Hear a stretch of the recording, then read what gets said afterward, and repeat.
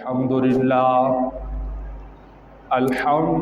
لله رب العالمين والعاقبة للمتقين والصلاة والسلام على سيد الأنبياء والمرسلين أما بعد فأعوذ بالله من الشيطان الرجيم بسم الله الرحمن الرحيم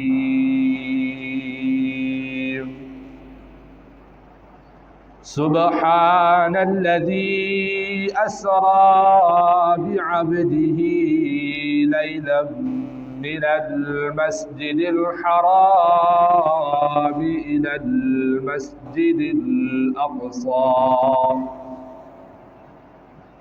المسجد الأقصى الذي باركنا حوله لنريه من آياتنا إنه هو السميع البصير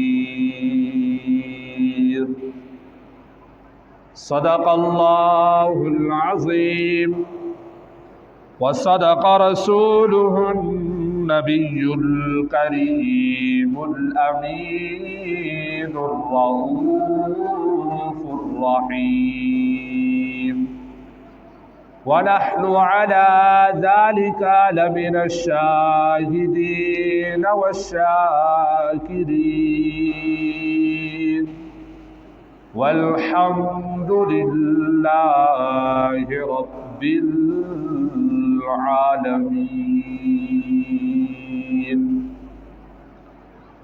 بلغ العلا بكماله كشف الدجى بجماله حسنت جميع خصاله صلوا عليه وآله صلى الله تعالى عليه وآله وبارك وسلم مولاي صل وسلم دائما أبدا على حبيبك خير الخلق كلهم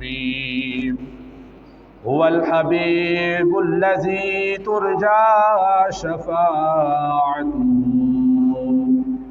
لكل هول من الأهوال مقتهمين محمد سيد القولين والثقلين والفريقين من عرب ومن عجم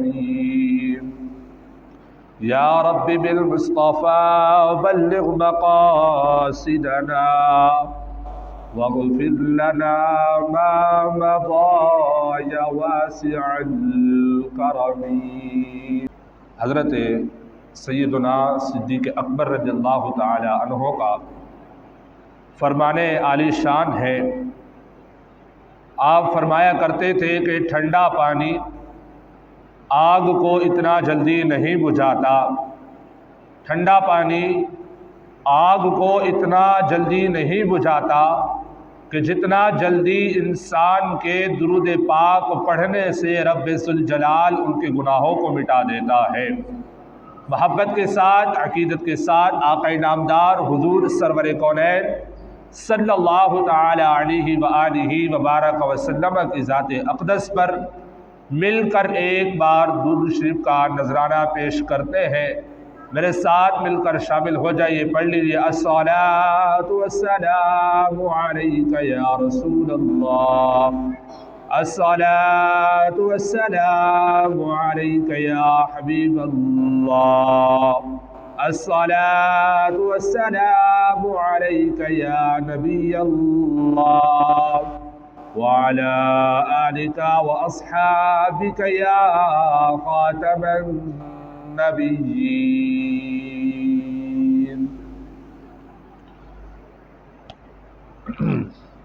وہ سرور کشور رسالت جو عرش پر جلوگر ہوئے تھے، وہ سرور کشور رسالت جو عرش پر جلوگر ہوئے تھے، نئے نرالے طرب کے ساما عرب کے مہمان ہوئے تھے۔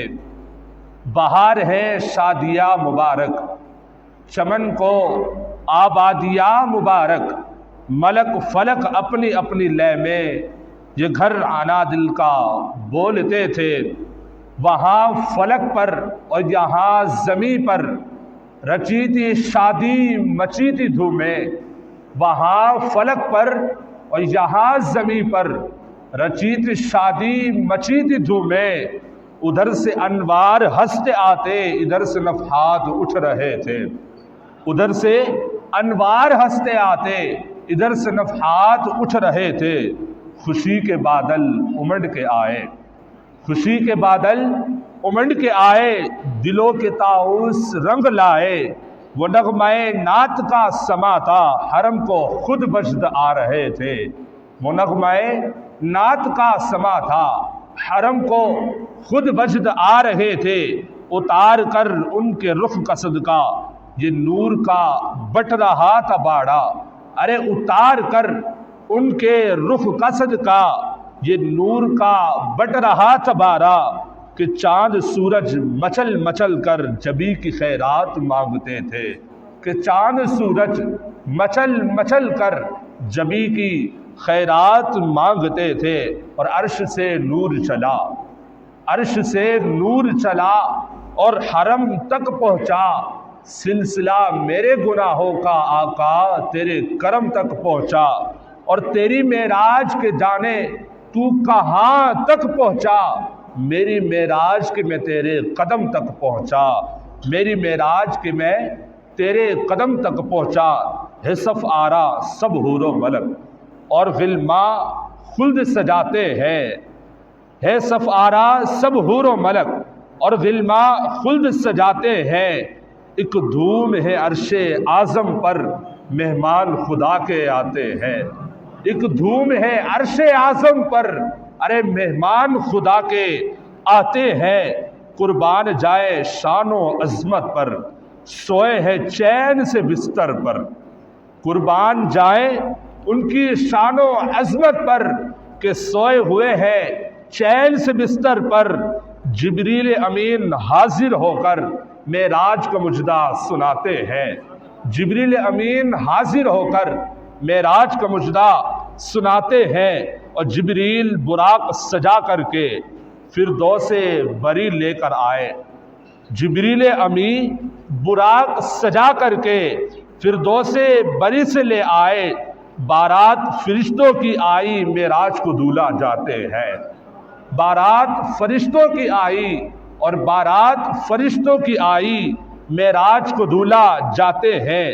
اقصیٰ میں سواری جب پہنچی، اقصیٰ میں سواری جب پہنچی، جبریل نے بڑھ کر کہی تکبیر، نبیوں کی امامت اب بڑھ کر سلطان جہاں فرماتے ہیں، نبیوں کی امامت اب بڑھ کر سلطان جہاں فرماتے ہیں۔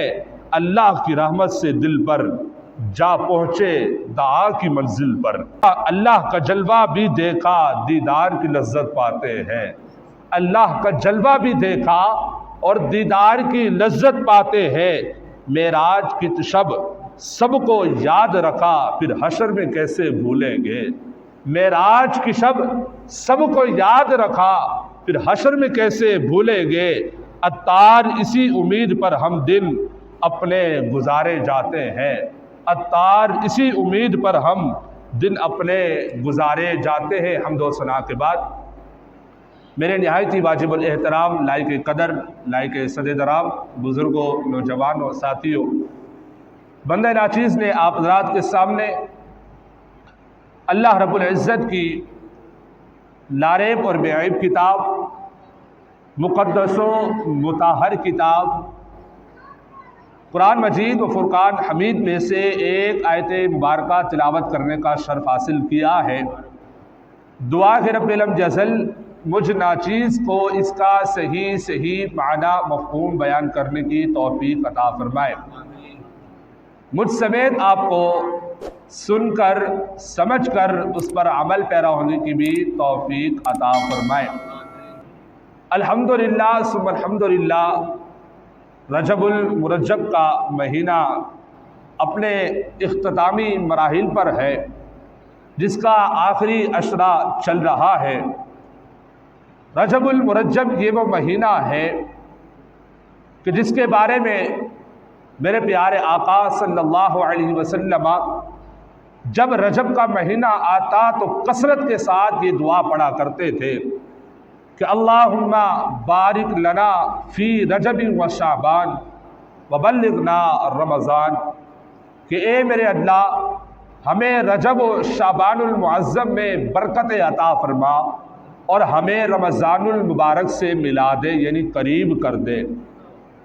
نبی علیہ الصلوۃ والتسلیم کی عادت مبارکہ تھی کہ اس ماہ مقدس کے اندر یہ دعا کثرت کے ساتھ نبی علیہ الصلوۃ والتسلیم پڑھا کرتے تھے۔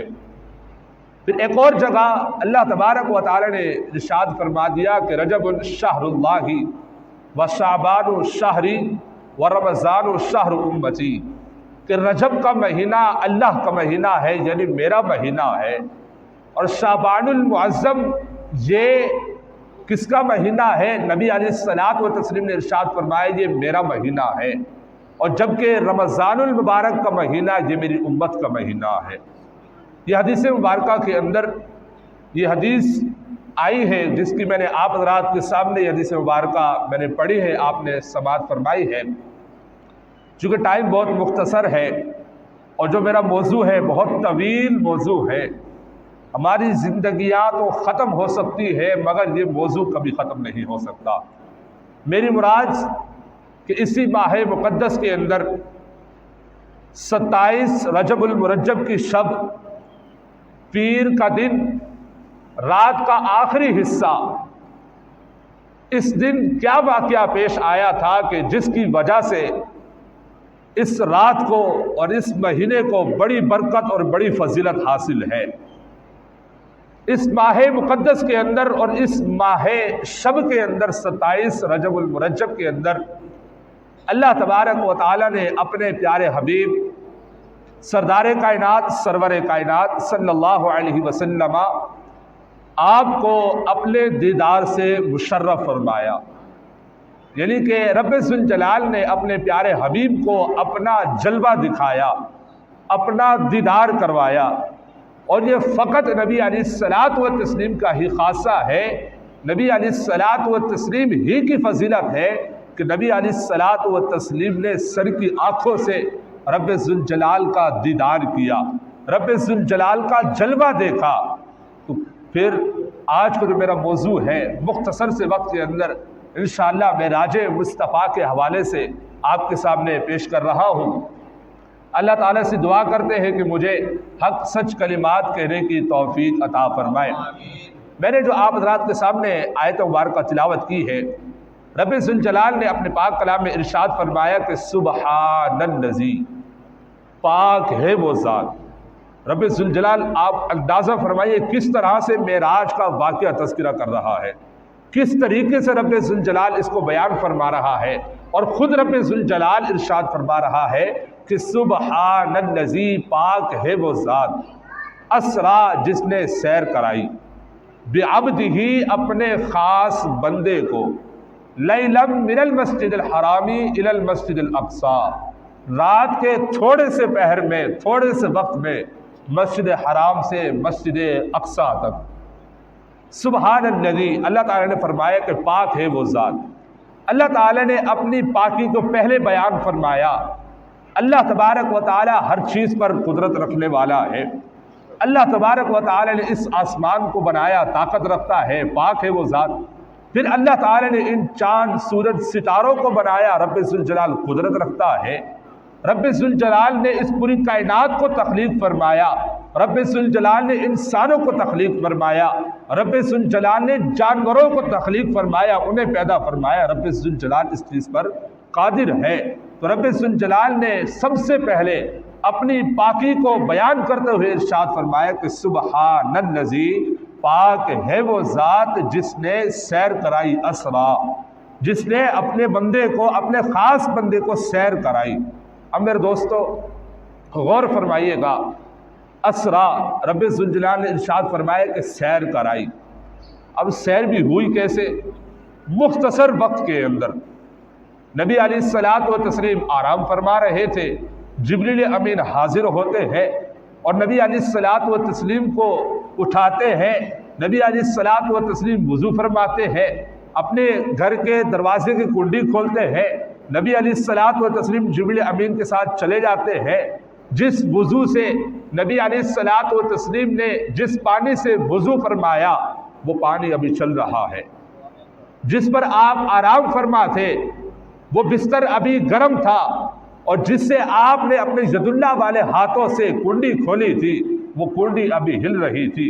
اتنے سے پہر کے اندر، اتنے سے وقت کے اندر رب ذوالجلال کے پیارے حبیب نے ساتوں آسمانوں کی منازل کو طے کیا، پھر سدرہ پر پہنچے، پھر عرش معلیٰ پر پہنچے، پھر جہاں تک میرے رب ذوالجلال نے چاہا آپ کو لے گئے۔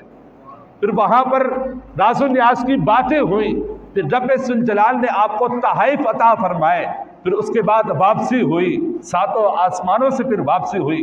اس وقت کے اندر، اس تھوڑے سے مختصر سے وقت کے اندر تو اللہ تعالیٰ نے ارشاد فرمایا کہ اسرا، جس نے سیر کرائی۔ اب سیر اور سفر میں فرق ہوتا ہے۔ مجھے یہاں سے سفر کرنا ہے، یہاں سے مجھے لاہور کی طرف جانا ہے، تو سفر کا مطلب یہ ہوتا ہے کہ مجھے کسی نہ کسی طریقے سے لاہور پہنچنا ہے، کوئی مجھے کسی جگہ پر رکنا نہیں ہے، میری منزل جو ہے وہ لاہور ہے۔ اور ایک ہوتا ہے کہ سیر کرنا، سیر کرنے کا مطلب یہ ہوتا ہے کہ مجھے یہاں سے لاہور تو جانا ہے، لیکن پہلے میں جاؤں گا حیدرآباد، وہاں سیر و تفریح کروں گا، وہاں اپنے دوستوں سے ملوں گا، اللہ گلہ کروں گا، اللہ تبارک و تعالیٰ کے نظاروں کو دیکھوں گا، سیر و تفریح کرتا ہوا جاؤں گا، پھر میں آگے اگلے شہر میں جاؤں گا، اللہ تعالیٰ کے نظاروں کو دیکھتا ہوا جاؤں گا، تفریح مقامات سے گزرتا ہوا جاؤں گا۔ اسے کہتے ہیں سیر۔ سفر کرنے میں اور سیر کرنے میں بڑا فرق ہے۔ اب جب آپ سفر کریں گے یہاں سے لاہور تو آپ کو مشکل سے 16 سے 17 گھنٹے لگیں گے۔ جب آپ یہاں سے سیر کرتے ہوئے جائیں گے تو آپ کو 2 دن بھی لگ سکتے ہیں، 3 دن بھی لگ سکتے ہیں۔ لیکن رب ذوالجلال نے کیا ارشاد فرما دیا کہ سبحان الذی اسرا، اپنے محبوب کو سفر نہیں کرایا بلکہ سیر کرائی ہے۔ نبی علیہ الصلوۃ والتسلیم کے سیر کا یہ عالم ہے، کنڈی ہل رہی ہے، جس پانی سے وضو فرمایا ہے وہ ابھی بہہ رہا ہے، جس پر آپ آرام فرما تھے وہ بستر ابھی گرم ہے، نبی علیہ الصلوۃ والتسلیم سیر کی صورت میں جا رہے ہیں۔ تو پھر آپ اندازہ فرمائیں جب سیر کا یہ عالم ہے تو پھر سفر کا عالم کیا ہوگا۔ جب یہ سیر کا عالم ہے، نبی علیہ الصلوۃ والتسلیم کی سیر کا یہ عالم ہے کہ مختصر کے وقت کے اندر راتوں رات ساتوں آسمانوں کو منازل کو طے کرتے ہیں، سدرہ پر پہنچتے ہیں، عرش معلیٰ پر جاتے ہیں، رب ذوالجلال کا دیدار کرتے ہیں، باتیں ہوتی ہیں، پھر رب ذوالجلال کے پیارے حبیب واپس تشریف لاتے ہیں۔ یہ صرف سیر کا عالم ہے۔ تو پھر اندازہ فرمائے جب ہم یہاں سے نبی علیہ الصلوۃ والتسلیم کو پکارے تو نبی علیہ الصلوۃ والتسلیم ہماری مدد کو لیے نہیں پہنچیں گے۔ جب سیر کا یہ عالم ہے تو پھر نبی علیہ الصلوۃ والتسلیم کا سفر کا عالم کیا ہوگا۔ پھر آگے رب ذوالجلال نے ارشاد فرمایا کہ اسرا بعبدہ، اللہ تعالیٰ نے یہاں ارشاد فرمایا کہ بعبدہ، ہم نے اپنے خاص بندے کو ہم نے سیر کرائی۔ اب رب ذوالجلال نے یہاں تو نبی کو لے کر گیا تھا، یہاں تو رسول کو لے کر گیا تھا، لیکن رب ذوالجلال نے ارشاد فرمایا کہ بعبدہ، میں نے اپنے خاص بندے کو سیر کرائی۔ یہاں یہ کیوں نہیں ارشاد فرمایا کہ برسول ہی یا بنبی ہی، یہ نہیں ارشاد فرمایا۔ اس کی بات میں آپ کو سمجھاتا ہوں۔ مثال کے طور پر میرے یہاں سامنے کوئی بھی نہیں کھڑا ہوا اور میں کہوں کہ یہاں بندہ موجود ہے، حالانکہ ہے نہیں، ابھی میرے سامنے کوئی نہیں یہاں پر، میں کہوں کہ میرے ساتھ بندہ بیٹھا ہوا ہے جبکہ ہے نہیں۔ بندے کا اطلاق اس پر ہوتا ہے کہ جس کا جسم ہو، کیا کہ جس کا جسم ہو تو بندہ بھی اسے بولا جائے گا۔ اب میرے سامنے کوئی نہیں ہے،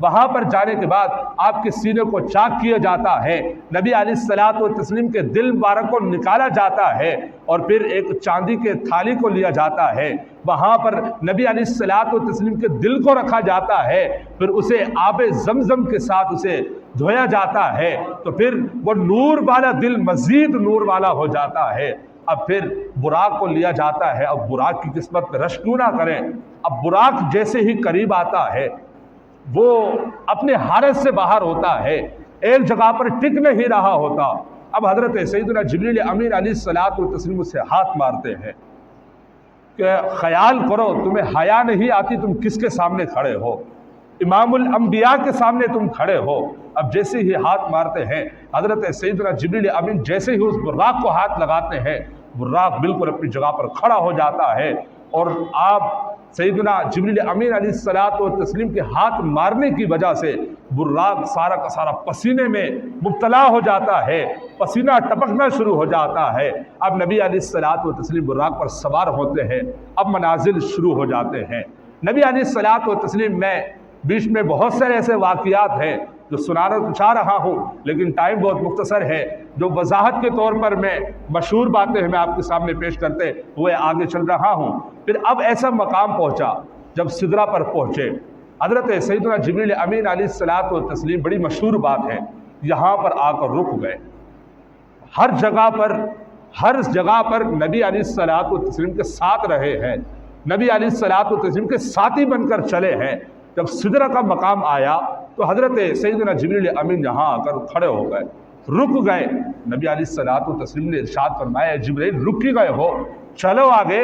تو حضرت سیدنا جبریل امین عرض کرتے ہیں، یا رسول اللہ یہاں تک میرے مقام کی انتہا ہے، یہ میرے مقام کی یہیں تک انتہا ہے، اس سے میں آگے نہیں جا سکتا، اگر ایک بال میں آگے چلا بھی گیا تو میرے پر راکھ ہو جائیں گے جل کر، میں آگے نہیں جا سکتا۔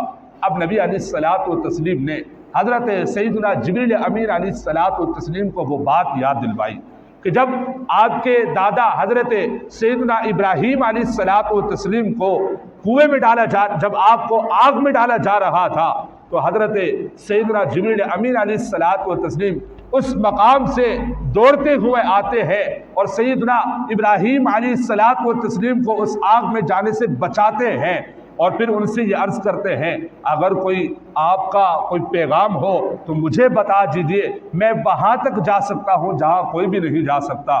یہ کون کہہ رہا ہے؟ حضرت سیدنا جبریل امین علیہ الصلوۃ والتسلیم، یہ حضرت ابراہیم علیہ الصلوۃ والتسلیم کو یہ کہہ رہے ہیں کہ مجھے اگر کوئی پیغام ہے تو مجھے بتا دیجئے، میں وہاں تک جا سکتا ہوں جہاں کوئی بھی نہیں جا سکتا۔ اب میرے محبوب نے وہ بات یاد کروائی، اے جبرائیل تم نے تو یہ کہا تھا کہ میں وہاں تک جا سکتا ہوں جہاں کوئی بھی نہیں جا سکتا ہے، اے جبرائیل اگر تمہارا کوئی پیغام ہو تو مجھے بتا دو، میں وہاں تک جا سکتا ہوں جہاں کوئی بھی نہیں جا سکتا۔ اے جبرائیل تم مجھے بتا دو، میں وہاں تک جا سکتا ہوں جہاں کوئی بھی نہیں جا سکتا۔ تو یہاں تک تو مقام کس کی ہے؟ مقام کی انتہا ہے حضرت سیدنا جبریل امین علیہ الصلوۃ والتسلیم کی۔ اب آگے جو مقام شروع ہو رہا ہے وہ امام الانبیاء کے مقام کی ابتدا ہو رہی ہے، جہاں فرشتوں کے سردار حضرت سیدنا جبریل امین علیہ الصلوۃ والتسلیم کی مقام کی انتہا ہو گئی ہے، ختم ہو گئی ہے، اور وہاں سے میرے محبوب کریم صلی اللہ علیہ وآلہ وبارک وسلم کے مقام کی ابتدا ہو رہی ہے۔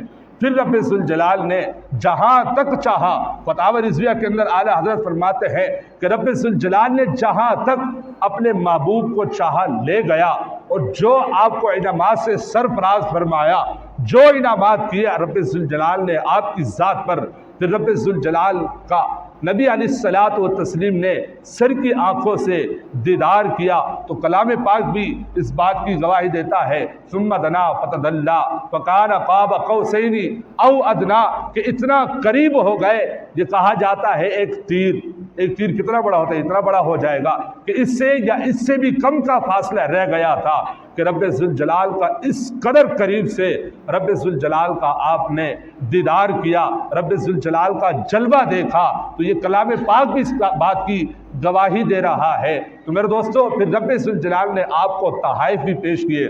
جب کوئی محبوب اپنے محبوب کے پاس جاتا ہے جب کوئی محب اپنے محبوب کے پاس جاتا ہے تو پھر محبوب اسے تحائف بھی پیش کرتا ہے، اسے انعامات سے سرفراشتا ہے۔ تو اسی طرح رب ذوالجلال کے پیارے حبیب جب رب ذوالجلال کے پاس گئے تو پھر رب ذوالجلال نے آپ کو بے شمار انعامات سے نوازا۔ اور اس رات کو جو سب سے بڑی برکت اور جو سب سے بڑی فضیلت حاصل ہے تو رب ذوالجلال نے اپنے پیارے نبی علیہ الصلوۃ والتسلیم کو نماز کا تحفہ عطا فرمایا۔ کون سا؟ نماز کا تحفہ عطا فرمایا، جسے ہم غفلت کی وجہ سے نہیں پڑھتے ہیں۔